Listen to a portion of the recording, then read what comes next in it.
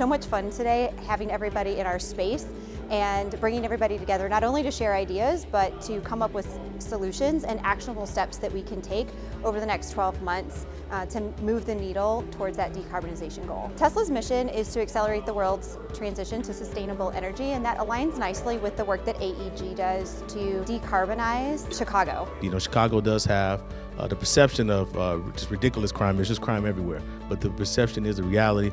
How do we make our transit system safer so we get more folks on it? We have one of the highest priced transit systems in the world, still at $107 per month. The poorest in our city and the most affluent in our city, they're still choosing to drive, but they're still choosing options that's not public transit. So if you look at cities like New York, where you have some of the best public transit, very few people own cars. If you look at a city like Chicago, almost 50% of people are driving themselves to work every day in a private car. The answer is, if you have better public transit, people will use it. The issue now is that it becomes extremely cost prohibitive to invest in infrastructure. But we think the future is on-demand shuttles. We have 1,862 vehicles in our fleet, in our bus fleet. So how are we going to electrify the entire rest of the fleet?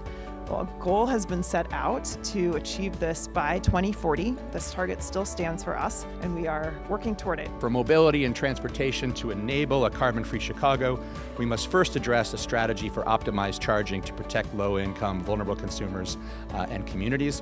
That doesn't mean that you can't do other things, but this is a really important thing to make sure that from the get-go, the system design is there, the policies are there, so that we ultimately are maximizing overall benefits. We have an ordinance pending in the City Council that would apply to new construction projects that are submitted to the city after June 30th of 2020.